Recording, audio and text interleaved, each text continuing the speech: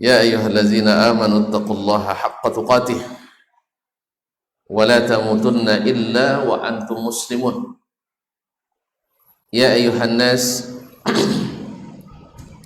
اتقوا ربكم الذي خلقكم من نفس واحدة وخلق منها زوجها وبث منهما رجالا كثيرا ونساء واتقوا الله الذي تساءلون به والأرحام إن الله كان عليكم رقيبا يا أيها الذين آمنوا اتقوا الله وقولوا قولا سديدا يصلح لكم أعمالكم ويغفر لكم ذنوبكم ومن يطع الله ورسوله فقد فاز فوزا عظيما أما بعد فإن أصدق الحديث كتاب الله وخير الحدي حدي محمد صلى الله عليه وسلم وشر الأمور محدثاتها وكل محدثة بدعة وكل بدعة ضلالة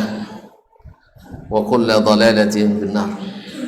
Bapak-bapak dan ibu-ibu, saudara-saudara dan saudari serta adik-adik dan anak-anak jemaah salat maghrib dan insyaallah isya di Masjid Raudhatus Shalihin Durian Sebatang Ujung Batu, ataupun yang menyaksikan melalui media dimanapun berada. Alhamdulillah, Allah SWT masih memberikan kita nikmat sehat, sempat, kemudian ada niat untuk hadir di salah satu tempat yang paling dicintainya, yaitu salah satu dari rumahnya yang siapapun masuk ke dalamnya insya Allah diberikan ketenangan, diberikan ketentraman, dan diberikan rahmat, dikelilingi para malaikat, dibanggakan Allah di langit, dan di akhir majlis dikatakan kepada kita, qumu maghfuran lakum, berdirilah dalam keadaan diampuni dosa-dosa kalian. Oleh itu mari kita bersyukur, mudah-mudahan nikmat yang ada ini semakin terasa dan senantiasa bersama kita menemani di hari-hari nanti, sampai mudah-mudahan kita mendapatkan husnul khatimah. Kaum muslimin dan muslimat yang dirahmati Allah Subhanahu wa taala. Selanjutnya salawat dan salam kepada baginda Rasulullah sallallahu alaihi wasallam yang telah mengajarkan kepada kita agama ini secara teori dan aplikasi. Diajarkan ilmunya dan beliau tunjukkan prakteknya, sehingga tidak ada jalan yang ingin kita, yang mendekatkan kita kepada Allah kecuali Nabi sudah tunjukkan jalan-jalan itu. Oleh itu mari kita senantiasa berdoa kepada Allah Subhanahu wa taala untuk Nabi kita alaihi salatu wassalam, doa yang langsung diajarkan Nabi alaihi salatu wassalam, yang diajarkan Allah Subhanahu wa taala, yaitu innallaha wa malaikatahu yusalluna 'alan nabi ya ayyuhalladzina amanu sallu 'alaihi wa sallimu taslima. Sesungguhnya Allah dan para malaikatnya bersalawat kepada Nabi, wahai orang-orang yang beriman, bersalawatlah dan ucapkan salam kepadanya sebanyak-banyaknya. Kaum muslimin dan muslimat yang dirahmati Allah Subhanahu wa taala, kembali pada hari ini kita bersama Imam Asy-Syafi'i rahimahullah. Kita kemarin berhenti pada memahami bahwasanya sesuatu itu tidak dinasakh kecuali dengan yang sepadan dengannya, yaitu sunnah Nabi sallallahu alaihi wasallam. Bila dinasakh mesti ada sunnah yang menasakh. Tidak bisa dengan hanya berkira-kira dan merasa-rasa. Ini rasanya sudah dinasakh, tidak. Karena mustahil ada hukum yang dinasakh tidak ada dalil yang menasakh. Tidak boleh gitu. Kalau boleh ini, orang akan masuk dari pintu ini merubah-rubah hukum Allah semuanya dengan alasan mungkin ada hadis yang menasakhnya, mungkin ada dalil yang menasakhnya. Mana dalilnya?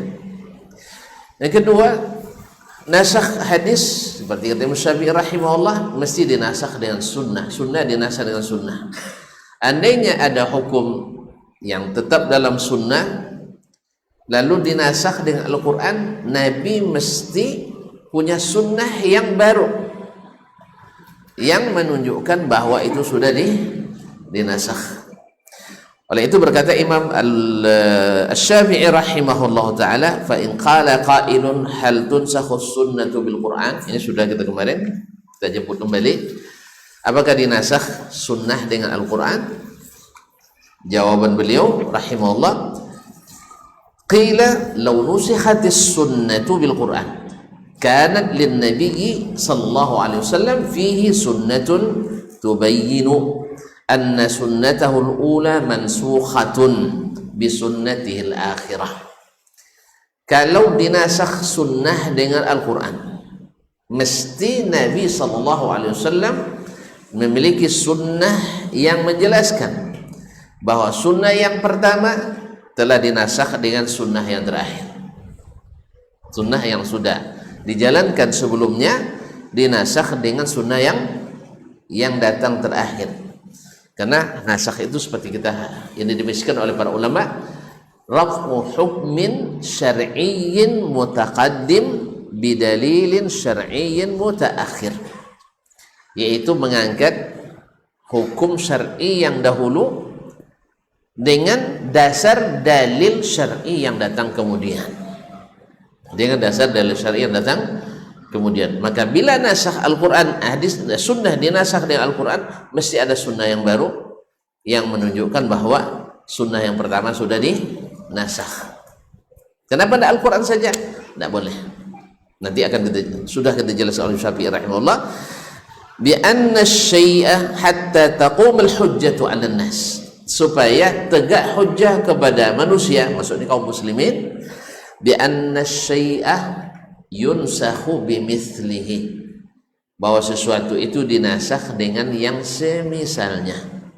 Dinasakh dengan yang semisalnya. Sunnah dinasakh dengan sunnah pula, karena yang semisalnya. Fa in qala qailun, fa in qala, kalau ada yang bertanya lagi, ya, mad dalilu ala ma taqul ya Syafi'i, ya kata orang kepadanya, ya Imam Asy-Syafi'i, mad dalilu ala ma taqul, apa dalilnya Imam mengatakan ini? Ya, jawaban beliau, fama wasaftu min mawdi'ihi min al-ibanati 'anillahi ma'na ma arada bi fara'idhihi khassan wa 'amman.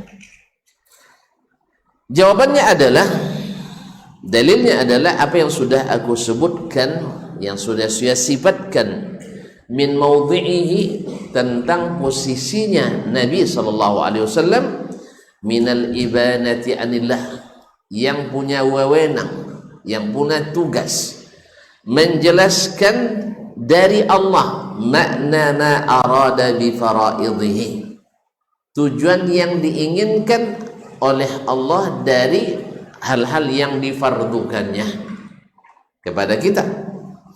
Aman atau khasah, apakah berlaku umum atau bersifat khusus? Apakah Allah wajibkan itu bersifat umum, semua orang, semua keadaan, semua tempat, atau bersifat khusus? Ini sudah contoh-contoh sudah banyak disebutkan kemarin kan? Baik. Mimma wasaftu fi kitabi hadza, di antara yang telah aku sifati sebutkan di dalam kitabku ini. Wa annahu la yaqulu abadan, li syai'in illa bi hukmillah, dan bahwasanya Nabi kita alaihi salatu wassalam tidak mengatakan sesuatu selamanya illa bi hukmillah, kecuali dengan hukum Allah. Jadi beliau tidak berpendapat sendiri, tapi atas dasar hukum yang Allah turunkan kepadanya, baik wahyu berupa Al-Quran maupun wahyu berupa sunnah. Kita sudah sering ulang-ulang ini, ikhwan, bapak-bapak dan ibu yang saya rahmati, yang saya muliakan, yang saya hormati, bahwanya sunnah Nabi itu adalah qasimul wahyi, qismun minal wahyi. Qismun minal wahyi adalah salah satu dari bagian wahyu, adalah wahyu yang diwahyukan. Wa ma yantiqu anil hawa in huwa illa wahyun yuha. Tidak berbicara Nabi karena mengikuti keinginannya, yang dia katakan tidak lain adalah wahyu yang diwahyukan. Dalam hadis riwayat Imam Abu Dawud dan At-Tirmizi dan dihasankannya, ala wa inni utitul qur'ana wa mithlahu ma'ahu. Ingat, saya diberikan Al-Quran dan yang semisal dengannya. Berarti apa itu? Sunnah Nabi alaihi salatu wassalam. Buktinya hadis ini diriwayatkan oleh Imam Abu Dawud dalam babu atau kitabu luzumis sunnah. Kitabu luzumi as-sunnah, kitab wajib mengikuti sunnah.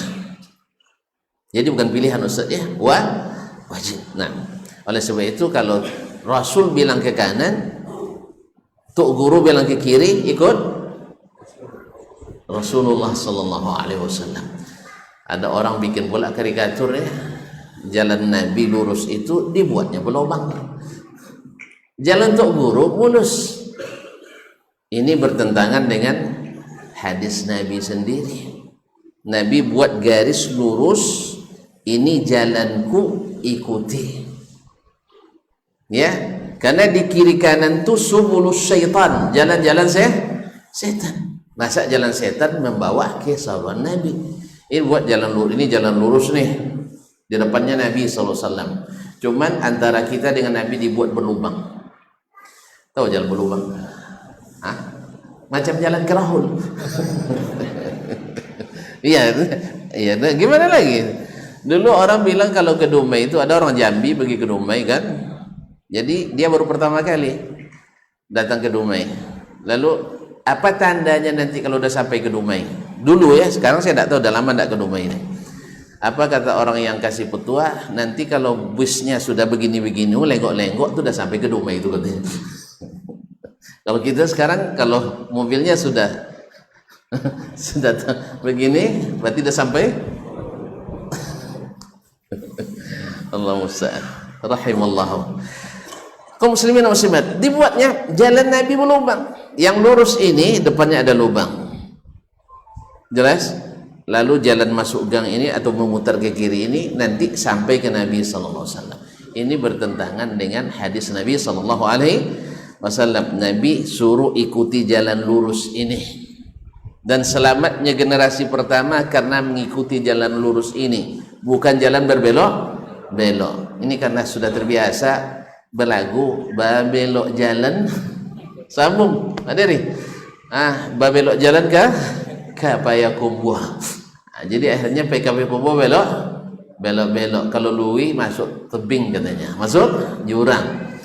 Ma'asyiral kiram dirahmati Allah, jalan yang sudah dirintis oleh Nabi sallallahu alaihi wasallam, dia yang sebutkan dan Allah suruh kepada beliau, wa anna hadza siratih sambung mustaqiman fattabi'uhu wa la tattabi'u as-subul fatafarraqa bikum an sabilillah.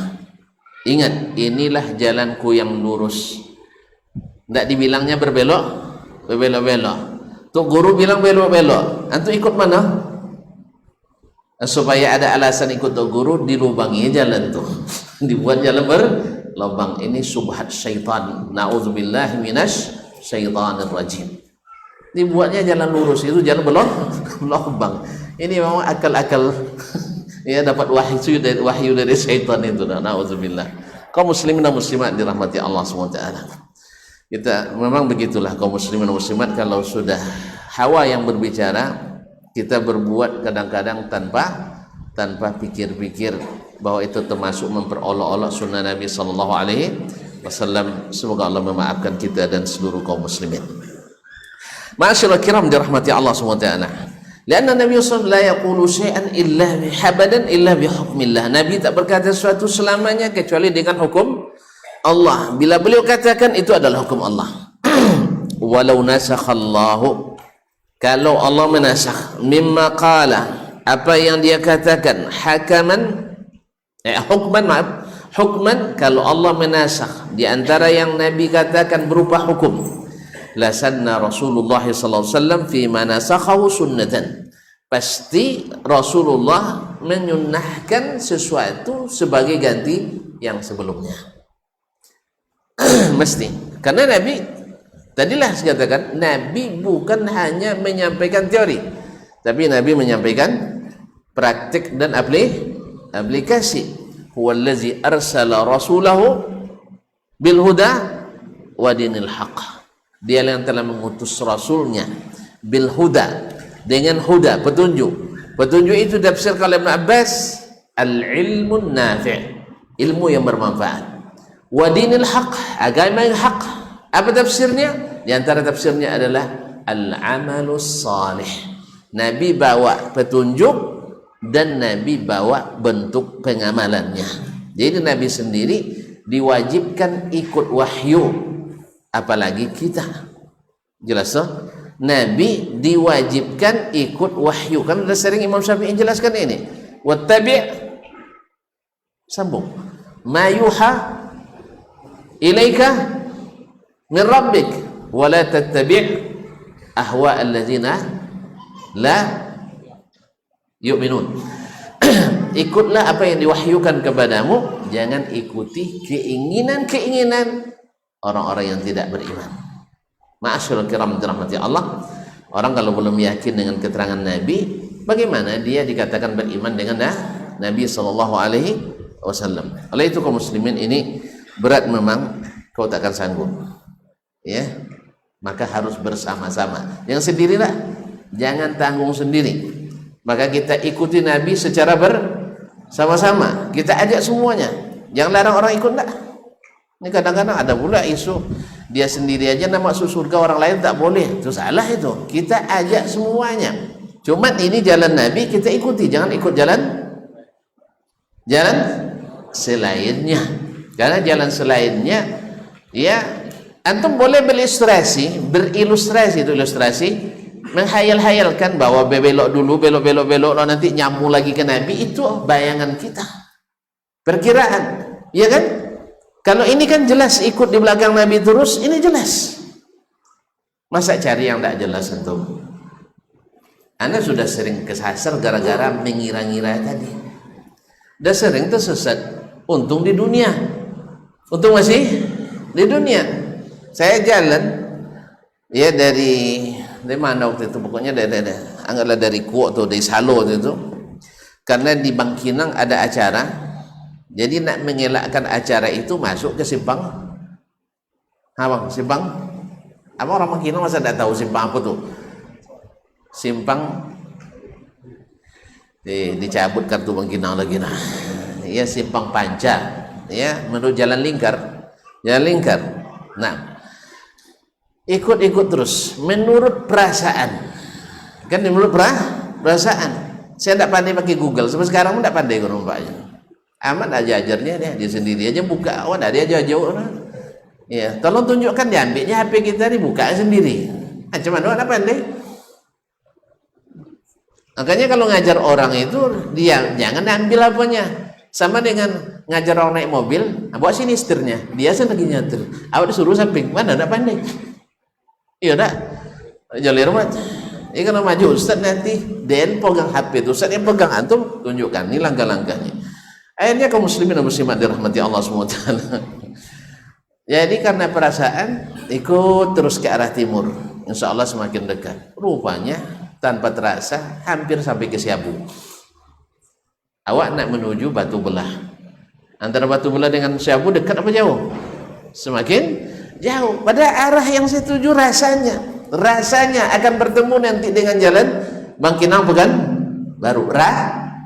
Rasanya antum belok kiri atau belok kanan sekalipun tidak ikut jalan yang lurus, perasaannya pasti bertemu dengan jalan Nabi SAW, perasaan. Tapi besok nanti di akhirat antum merasa, tidak paham lagi. Ya, perasaannya bahagia nanti di akhirat, tapi ternyata merasai di akhirat. Apa sebab?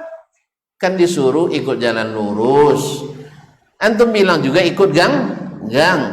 Antum supaya orang tidak ikut dibugali pula di situ eskapator jalan lurus itu. Akhirnya orang ragu ikut Nabi SAW dengan isu di situ ada lubang tanah longsor. Ini siapa yang buat? Antum yang nak menghalangi orang ikut jalan lurus. Padahal Nabi suruh ikut jalan lurus. Allah suruh katakan ke Nabi, wahai katakan ke umatmu, ini jalanku yang lurus, ikuti ini. Jangan ikut jalan kiri kanan, karena jalan kiri kanan itu banyak syaitan. Tapi jangan salah tafsir nanti antum tafsirkan berarti dai setan. Jangan, tak boleh ya. Tolong bilang tak boleh ya. Jangan nunjuk orang dai setan. Walaupun Al-Quran menyebut bahwasanya syaitan itu ada dua, ada syaitan bentuk jin, ada syaitan bentuk manusia. Tapi jangan tunjuk orangnya. Antum nuduh-nuduh orang bahaya. Karena undang-undang ITE, tahu undang ITE? Nah, tidak boleh, jangan nuduh orang. Walaupun pakai inisial, tetapi menyebut secara umum bahwa ada jalan-jalan yang dirintis oleh syaitan, ada memang.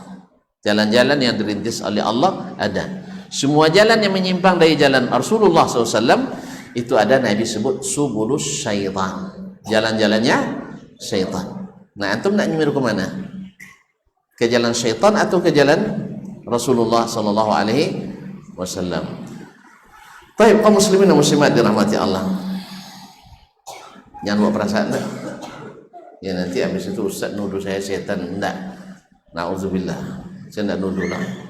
Cuman saya ingin mengajak kita, saya sendiri ikut jalan yang dibentangkan Nabi SAW. Lengkap keterangannya, ilmunya lengkap, huda, amalnya jelas, dinul haq. Apalagi yang antum cari? Di amalan apapun yang dibutuhkan untuk mendekatkan diri pada Allah. Ini sebentar lagi kita puasa ya, kan puasa lagi. Nah, petunjuk untuk menjalani bulan Ramadan dah lengkap oleh Nabi atau belum? Sudah lengkap, ikuti aja. Nah, ya, lengkap semuanya. Antum nak solat lepas isya sampai menjelang sahur, boleh. Karena boleh kan? Nabi ada buat, ada. Antum nak solat satu malam satu juz, silakan. Tapi yang nak solat pakai kulhu saja setiap rakaat boleh juga, tidak ada masalah. Itu yang apel dah khatam Ustaz, sudah khatam tiap malam, khatam Quran. Apa sebab? Qul huwallah ta'dilu thulutsal Quran. Qul huwallah itu sama dengan sepertiga Al-Quran. Baca 3 kali qul hu dalam satu malam, tamat Al-Quran, khatam satu malam Al-Quran. Berarti 30 malam 30 kali khatam. Ya, dengan super eksekutif. Ya, selesai 23 rakaat 2,17 detik. Masya Allah. Antum nak buat itu silakan, tidak ada masalah. Jelas ya? Itu fenomenanya, tapi petunjuk umumnya ada. Apa yang dibaca, apa yang yang dilakukan, berapa rakaatnya, semuanya sudah terbentang dalam hadis Nabi SAW. Jelas ya? Maka ambil dari Nabi SAW. Tentu saja bukan maknanya kalau ambil dari Nabi tidak ikut ulama kita. Antum saja, jangankan ulama, ustaz dasman aja untuk ikuti, apalagi jelas ya? Kita memahami hadis kan melalui ulama. Melalui ulama. Jangankan ulama, ustaz dasman aja tidak berani untuk tinggalkan, iya kan? Buktinya ikut terus ngaji, nanya juga. Apalagi kalau yang mengatakan itu ulama. Mustahil kita tidak mengikuti ulama. Cuman ada ulama yang belok-belok, ada ulama yang jalannya lurus. Antum suka yang lurus atau yang belok-belok? Hah? Belok-belok mabuk kita dibuatnya. Iya, kalau yang lurus ngantuk. Mana yang mau mabuk atau ngantuk? Kalau antum berjalan musafir, pilih antara mabuk dengan ngantuk. Pilih ngantuk kan? Alhamdulillah. Jadi terlena kita dibuatnya kan. Kalau ini dia mabuk dibuatnya, muntah-muntah kita dibuatnya, maka pilihlah yang jalan lurus, supaya dalam musafir bisa istirahat, tidak ribut-ribut. Tapi kalau yang belok-belok sering yang belok-belok sering ribut, kurangi kecepatannya kan gitu dia bilang. Tapi kalau jalan lurus enggak, nyaman aja. Mulai berangkat bisnya sampai ke terminal terakhir tidur terus. Masya Allah. Nyaman enggak? Nyaman? Alhamdulillah. Tenang aja, tidak ada ribut-ribut. Tapi kalau ada sebentar-bentar teriak orang, sebentar teriak, maka pilih jalan lurus kaum muslimin dan muslimat dirahmati Allah. Tapi tolong jangan dilobangi, jangan dibuat lubang. Karena itu kalau buat lubang berkhianat pada Rasulullah sallallahu alaihi wasallam, berkhianat pada Allah dan Rasulnya sallallahu alaihi wasallam. Jangan buat. Yang ulang lagi enggak? Jangan ulang lagi bikin yang seperti itu. Dosa itu. Ya, untung antum karena enggak tahu barangkali, semoga Allah maafkan. Rabbana la tu'akhizna in nasina aw akhtana. Semoga Allah memaafkan. Kaum muslimin dan muslimat dirahmati Allah Subhanahu wa taala. Panjang pula jadi sini, tidak selesai juga. Kemarin gara-gara itu tidak selesai. Baik, saya ulang lagi. Saya teruskan. Walau jaza, kata Imam Syafi'i rahimahullah, andainya boleh ayyuqal, dikatakan qad sanna Rasulullah sallallahu alaihi wasallam thumma nasakha sunnatahu bil Quran wa la yu'tharu Rasulullah sallallahu alaihi wasallam sunnatun nasikhah. Kalau boleh dikatakan, andainya boleh, Rasul telah menyunnahkan suatu sunnah, kemudian dinasak sunnahnya dengan Al-Quran, tapi wala yu'sar Rasulullah as-sunnatun nasikhah, tapi tidak diriwayatkan, tidak ada bekasnya sunnah yang menasakh, tidak ada sunnah yang menasakh. Kalau boleh dikatakan jaza ayyuqal, berakibat bagaimana? Boleh pula orang katakan nanti fi ma harrama Rasulullah sallallahu alaihi wasallam minal buyu'i kulliha, pada sesuatu yang diharamkan oleh Rasulullah dari jual beli semuanya, qad yahtamilu ayyakuna harramaha qabla yunzala alaihi, kemungkinan itu diharamkan olehnya sebelum diturunkan firman Allah, ahallallahu al-bai'a wa harrama riba, Allah halalkan seluruh jual beli. Nah, kalau boleh dinasakh sunnah Nabi tanpa ada sunnah yang lain yang menasakh, hanya dengan Al-Quran, orang akan katakan tidak ada lagi jual beli yang haram. Apa pasal? Allah sudah ahallallahul bai'ah, Allah sudah halalkan jual beli. Tapi Rasulullah haramkan ini dan itu, misalnya bai'un najas, iya kan? Tahu bai'un najas? Tidak tahu. Atau beli ikan dalam air, boleh? Boleh beli ikan dalam air? Banyak tuh, ke kolam pancing itu rata-rata begitu kan, belum dapat ikannya sudah dibeli. Ini tolong diperbaiki aja, bukan nanti marah pula yang punya kolam pancing nanti semua haram aja kan jika lihat ini katanya. Enggak ada yang halal, makanya tanya dulu, bahkan lebih menguntungkan ya.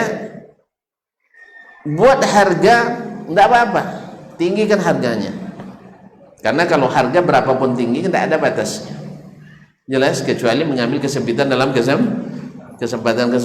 Enggak, orang musim paceklik itu kan agak ini lain, orang penimbunan ini enggak. Karena kita punya tempat, kita yang beri makan ikan kita makannya VIP, iya kan? Ikan orang kan makannya pelet biasa, kalau kita pelet VIP, tentu harganya lebih mahal, iya kan? Kan biasa itu. Kemudian rumahnya masya Allah luas, tentu lebih mahal dari yang rumahnya sempit. Yang sempit kurus-kurus, yang luas gemuk, tentu beda kan? Paham enggak? Yang ini kok sampai pula kolam pancing jadinya. Nah, makanya saya tawarkan begini, ya, karcis masuk boleh, nggak ada masalah untuk masuk lokasi, tapi bukan harga ikan, bukan harga ikan. Nah, kalau siapa yang dapat ikan nanti ditimbang. Kalau misalnya ikan nila di pasar Ujung Batu berapa sekilo? Ya Syekh, antum makan aja pandai, belanja tak pandai? Hah? Baru nanya ke belakang. Iya, 30.000 sekilo. Oke? Nah, karena di sini gemuk ikannya, subur makannya, mewah rumahnya, kan VIP tadi. Dan yang datang kan orang berkelas juga. Ya kan? Maka harganya sekilo 50.000. Ada kesepakatan dari awal. Sah jual beli? Sah, alhamdulillah. Daripada antum patok, pokoknya dapat tidak dapat 150 masuk. Ini namanya ada bai'ul gharar. Ini nggak boleh. Nah, kalau kita bolehkan dinasah hukum ini, Nabi haramkan bai'ul gharar ya.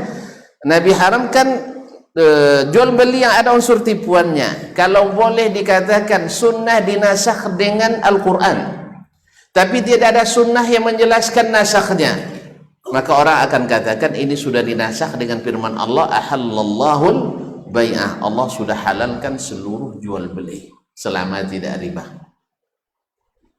Itu kan tidak riba kan? Kan tidak riba nah? Tapi gharar, ada unsur tertipu di sana. Yang tidak dapat dia rugi 150.000 bayar. Yang dapat nyesel pula yang ininya yang punya. Wah, dia dapat satu pekek. Tahu satu pekek? Satu ketidiang. Tidak jauh, satu kembut. Kombui. Ya Allah, apa di bahasa sini? Tolong dibantu saya. Satu? Yang keras suaranya mah, yang kena gadis saja. Kepis? Apa itu kepis? Saya pula tidak tahu. Hah? Satu pekek ya? Ya, satu apa? Satu gimana bang? Satu, hah? Keranjang, satu keranjang lah, satu keranjang besar. Ya, kalau ditimbang sebenarnya harganya bisa mencapai 500.000. Dia bayar masuk tadi 100.000. Tertipu pula yang punya. Makanya yang seperti tidak halal. Makanya ada yang lebih selalu menguntungkan pemilik.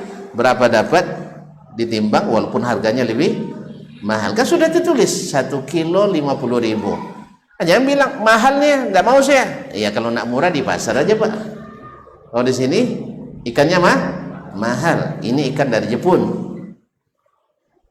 Ya, ikan ini ikan mewah. Ya, jelas. Kan sama orang antum ikan nila, antum beli di warung apa namanya bang? Astagfirullah. Di warung apa namanya? Warung penyet. Warung penyet. Itu namanya. Berapa satu ekor? Tidak pernah juga makan, tidak pernah beli, tidak pernah. Taib, tidak suka lele, tidak suka. Oke, tidak apa. Ikan nila itu beli di luar, maksudnya di warung-warung ini. Mungkin awak pula lupa mana? Berapa mak? 15 dengan nasi kan, komplit kan? Kalau antum makan di hotel baru bintang 2, tidak dapat lagi 15. Apalagi kalau ordernya dari kamar. Ya, itu minimal 35.000. Itu baru bintang 2. Kalau naik lagi bintang 5, bisa 75.000. Antum jangan bilang, Bu, Pak, ini kan ikan ini saya makan di emperan. Bapak makan ke sana aja, jangan di sini makannya. Gitu, jelas. Jadi kalau nak beli murah di sana, jangan di sini. Sini tempatnya orang mewah-mewah di sini. Kan orang-orang yang kurang kerja kan kurang kerjanya, akhirnya duitnya banyak, akhirnya di situ dia mancing. Jelas. Kalau nak gratis Pak, pergi ke sungai Rokan, kan masih gratis kan, masih. Ya cuman kadang tidak dapat. Kalau situ insya Allah pasti dapat. Anak-anak aja mancing dapat. Nah, kaum muslimin, jadi yang punya kolom pancing tolong direvisi, ya, revisi transaksinya supaya halalun halalun thayyib. Jelas? Jelas? Nah, kalau seandainya dikatakan boleh dinasakh hukum haram tadi dengan Al-Quran tanpa ada sunnah yang menjelaskan, orang akan klaim semua yang diharamkan Nabi itu halal karena firman Allah, ahallallahu al-bai'a wa harramar riba. Jelas? Nah, azan dulu. Siapa azan saya? Baik. Hayyakumullah.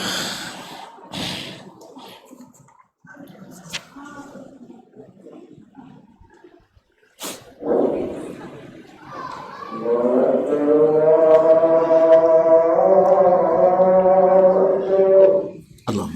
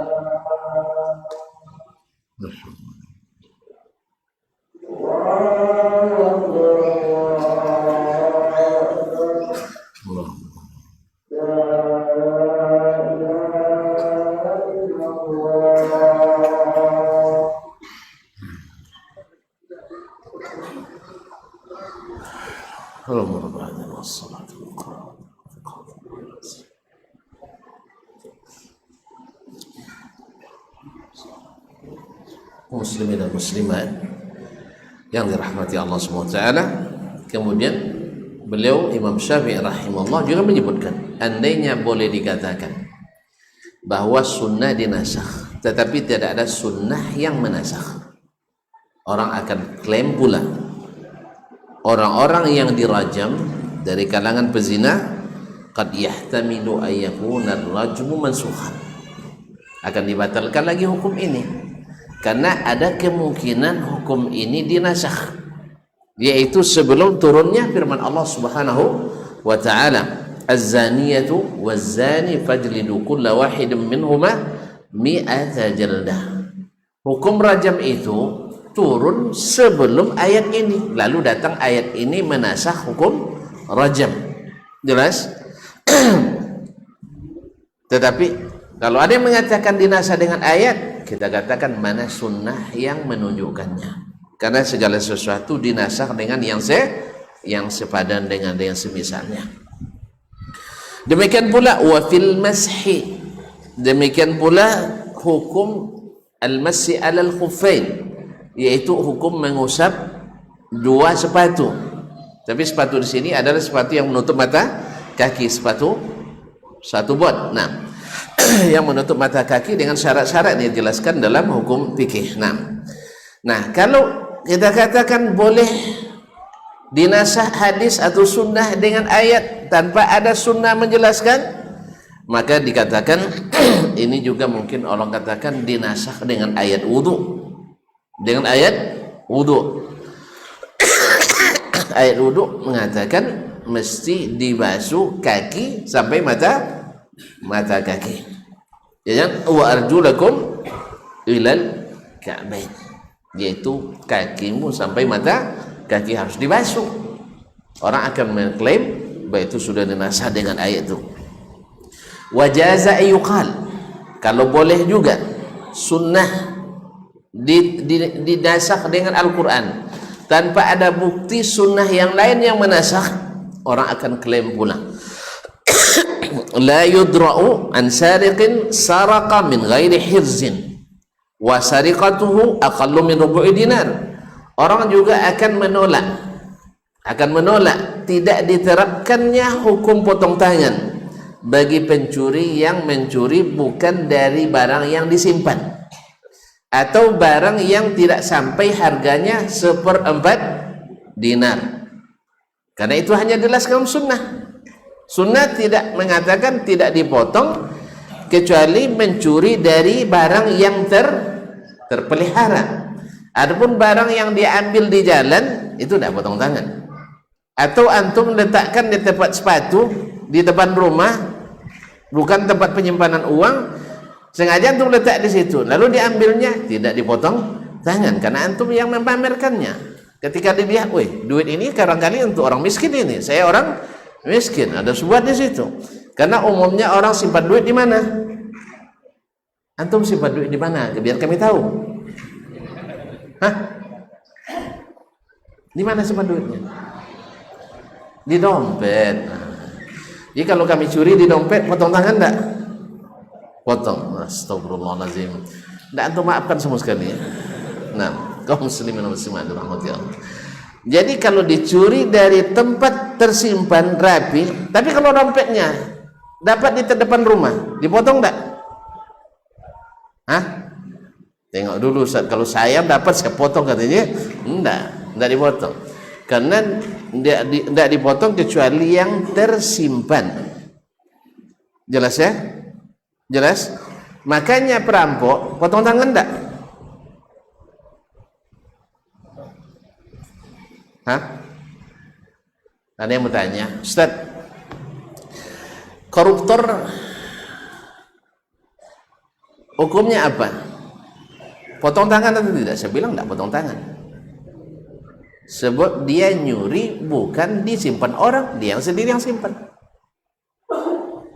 Iya kan? Iya. Koruptor ngambil dari simpanan orang atau ngambil dari yang dipercaya dia nyimpan. Makanya koruptor tidak potong tangan, tapi potong.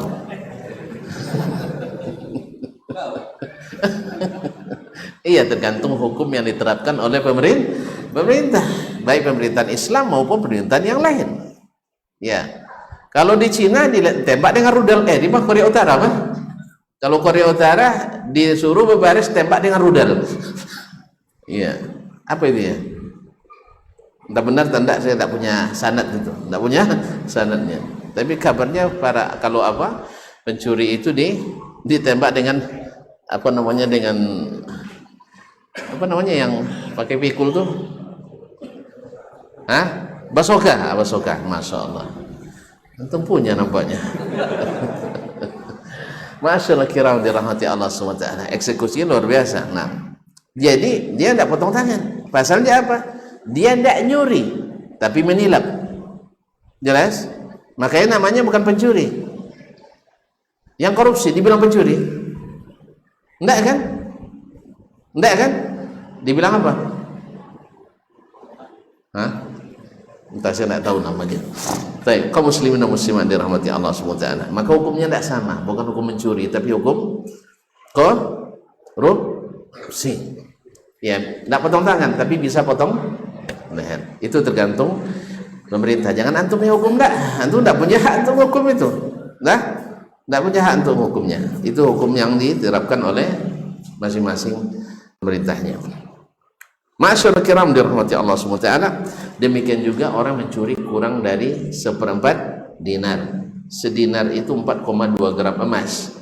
1 gram berapa sekarang? Ini nanya ke ibu-ibu nih, kalau bapak-bapak mana tahu dia. Yang jual emas tunjuk tangan. Tidak ada pula yang ngaku kan. Baik. Emas berapa 1 gram? 1 gram. Hah? Tidak ada yang tahu. Tidak pernah beli emas. Katanya sudah punya istri. Tidak pernah dibelikan. Kalau saya terus terang udah lama tidak belikan. Duit aja dikasih. Berapa seperempat satu dir? 1 gram 400.000. 800. 8 kali 4 32. 8 kali 2 16. Berarti lebih kurang 33,6 juta. Ya, 3.360.000 bagi 4. Nah, baru payah. Antum tak pernah membagi, pandai mengalir menambah aja, itu masalahnya. Sekali-kali membagilah akhir. Nah, coba bagi 3.360.000 bagi 4. Hah? Yang 32 udah dapat 800. Dah tinggal lagi 2.260.000 bagi 4. Ayo. 650. Dah? Enggak, 65.000. Berarti seperempat dinar 86.500 rupiah. Hah? Berapa?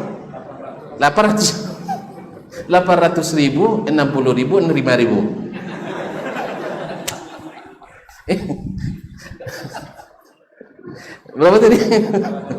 800.000, 5.000, 6.500, gitu ya. 865.000 akhirnya. Astagfirullahaladzim. Payah betul ya ngitung duitnya. Kalau apalagi bagi, payah. Kalau ngali mudah jadi cepat dapatnya. Pas lagi bagi mau susah tuntun. Ya, makanya biasakan bagi ya. Lah wala anak kalau lihat wajah antum tuh pandai bagi nampaknya. Cuma malu aja sekarang karena dikit. Biasanya bagi banyak kan. Alhamdulillah. Baik muslim.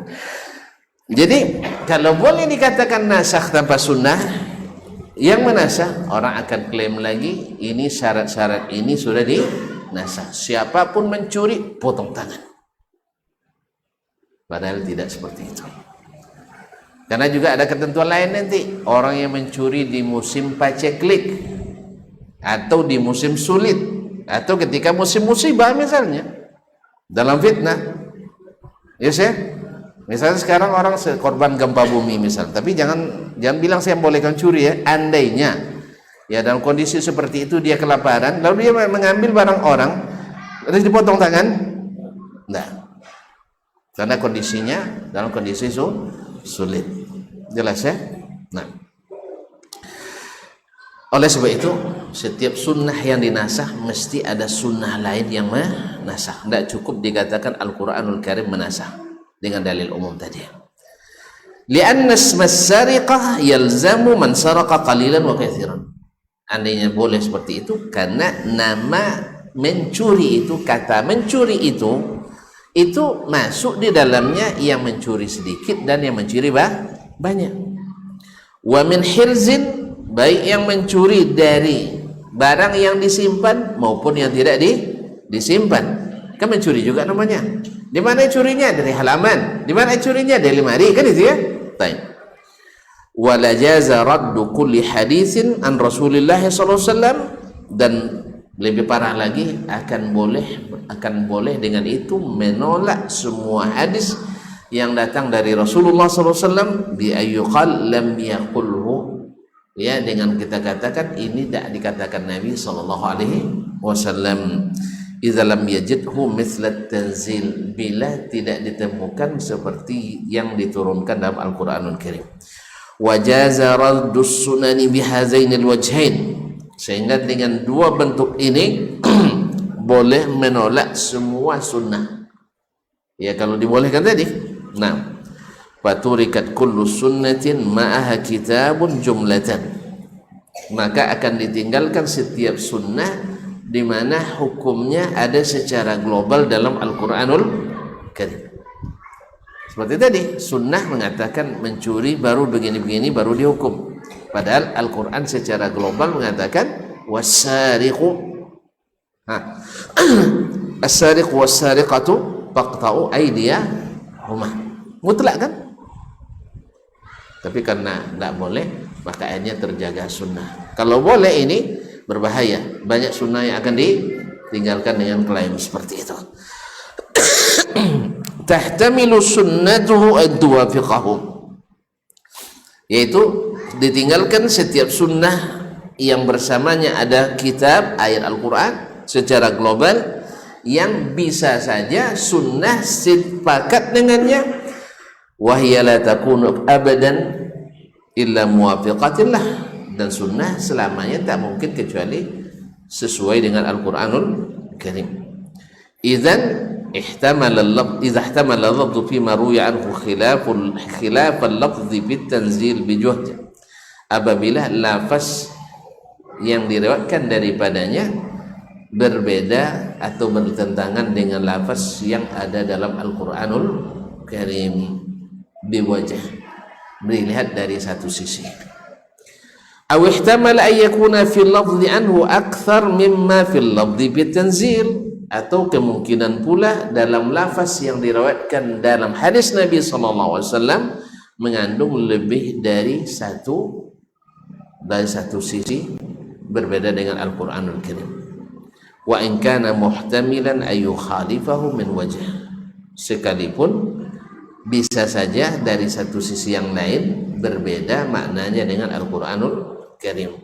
Dari satu sisi mencuri, sama mencuri, dia sesusuli mencuri dari yang disimpan dan yang bukan dari simpan. Nah, oleh sebab itu kalau seandainya boleh dinasakh al-sunnah dengan Al-Quran tanpa ada bukti dalam sunnah, maka akan banyak ditinggalkan sunnah dengan alasan ini Al-Quran lebih tinggi daripada sunnah, dan maknanya pun masih dan sama, yaitu pencuri juga, padahal ada makna khusus yang terkandung di dalam sunnah Nabi alaihi salatu wassalam. Wa kitabullahi wa sunnatu rasulih tadullu ala khilafi hadzal qaul wa muwafiqatun ma qulna. Kitabullah Al-Quran wa sunnatu rasulih, dan sunnah rasulnya sallallahu alaihi wasallam tadullu ala khilafi hadzal qaul, menunjukkan berbeda dengan pendapat ini, pendapat yang mengatakan boleh dinasakh al-sunnah dengan Al-Quran tanpa bukti adanya dalam as-sunnah, tanpa ada sunnah yang lain yang menasakh. Ini Al-Quran ya dan sunnah Rasulullah menunjukkan makna yang berlawanan dengan ini, tidak menyetujui ini, terlalu kul. Wa muwafiqatun ma qulna, dan sesuai dengan apa yang kita katakan, yaitu tidak dinasakh sunnah kecuali dengan sunnah. Wa kitabullah al-bayanu alladhi yushfa bihi minal ama, dan kitabullah adalah keterangan yang yushfa bihi minal ama, yang menyehatkan dari kebutaan terhadap ilmu. Wa fihi dilalatu aw dalalatu ala mawdi'i Rasulillah sallallahu alaihi wasallam min kitabillah wa dinih, dan di dalamnya terdapat posisi penting Nabi atau Rasulullah SAW dalam menjelaskan kitabullah dan agama Allah Subhanahu wa taala. Wattiba'ihi lahu wa qiyamihi bitabyinihi anillah, dan bagaimana pula Rasulullah SAW mengikuti Al-Quran dan mendirikan Al-Quran dengan menjelaskannya sesuai dengan apa yang didapatnya dari Allah Subhanahu wa ta'ala. Oleh itu kaum muslimin dan muslimat dirahmati Allah, jadi tidak boleh dipertentangkan antara as-sunnah dengan Al-Quranul Karim. Tidak boleh dipertentangkan antara sunnah dengan Al-Quranul Karim, karena kalau sudah bertentangan kan harus nasakh atau harus tarjih. Tetapi Al-Quranul Karim dijelaskan oleh sunnah Rasulullah sallallahu alaihi wasallam. Dengan demikian selesai masalah ini. Mudah-mudahan bisa kita pahami bersama bahwasanya kesimpulan kata sunnah tidak mungkin dinasah dengan Al-Quran kecuali ada bukti sunnah yang lain yang menasah. Sebab kalau ini dibolehkan, nanti berbahaya karena akan membuat orang meninggalkan banyak sunnah dengan alasan Al-Quranul Karim. Padahal sunnah di sini mengkhususkan Al-Quran, bukan bertentangan dengan Al-Quranul Karim. Ma'asyarul kiram dirahmati Allah SWT. Baik, ini ada pertanyaan ya, keluar dari tema sebenarnya. Assalamualaikum warahmatullahi wabarakatuh. Waalaikumsalam warahmatullahi wabarakatuh. Apakah membayar uang administrasi untuk menjadi guru bantu? Guru bantu apa maknanya? Jadi pembantu guru? Hah? Apa makna guru bantu? Guru tidak tetap, guru honor, gitu ya? Itu termasuk menyogok atau riswah. Jazakumullah khairan. Ini administrasi resmi atau sogokan? Ini administrasi juga, namun kenapa? Ya. Kalau administrasi ini resmi ditetapkan oleh lembaga baik pemerintah maupun swasta, dan seluruh calon yang mendaftar membayar, maka ini tidak masuk sogok. Ini tidak termasuk sogok karena mereka baik pemerintah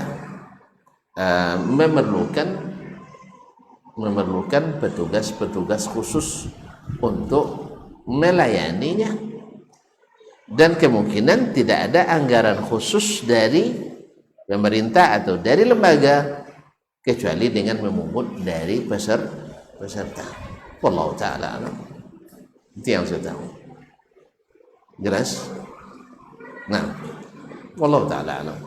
Tetapi kalau seandainya administrasi yang dimaksud, siapa yang bayar 5 lebih berpeluang dari yang bayar 3, siapa yang bayar 15 lebih berpeluang dari yang bayar 12, siapa yang bayar 50 langsung masuk, ya, dan seterusnya. Ini tidak administrasi namanya itu, ya, itu nama bukan administrasi, itu nama lain daripada suap. Nama lain daripada suap. Semakin besar suapnya, semakin meyakinkan. Ya, dia oleh sebab itu ini tidak masuk. Tapi kalau administrasi yang ditetapkan untuk semua, wallahu ta'ala alam, ini tidak termasuk menyogok. Wallahu ta'ala alam. Baik, barangkali sampai di sinilah. Ya, antum udah nengok-nengok jam juga, sama dengan saya. Ya, karena kita sudah sama-sama, marilah kita tutup sama-sama. Subhanakallah bihamdik, asyhadu an la ilaha illa ant, astaghfiruka wa atubu ilaik. Assalamualaikum warahmatullahi wabarakatuh.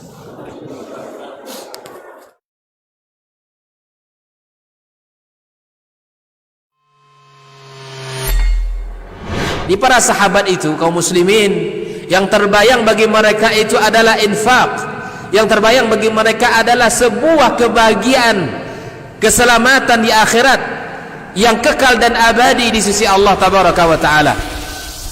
Semua kita boleh klaim sekarang. Kamu cinta Nabi? Cinta Ustaz. Cinta Nabi? Cinta Ustaz. Termasuk saya. Cinta Nabi? Cinta. Kapan tahunya? Besok di akhirat. Maka apa kata Nabi sallallahu alaihi wasallam? Amalur rajuli biyadih. Penghasilan yang terbaik adalah pekerjaan yang dilakukan oleh seseorang dengan tangannya sendiri. Wa kullu bai'in mabrur. Dan setiap jual beli yang mabrur. Ini aktivitas ini membantu saya di akhirat atau akan menyulitkan saya di akhirat? Kalau seandainya perbuatan itu ternyata akan menyulitkan kita di akhirat kelak, tinggalkan perbuatan itu.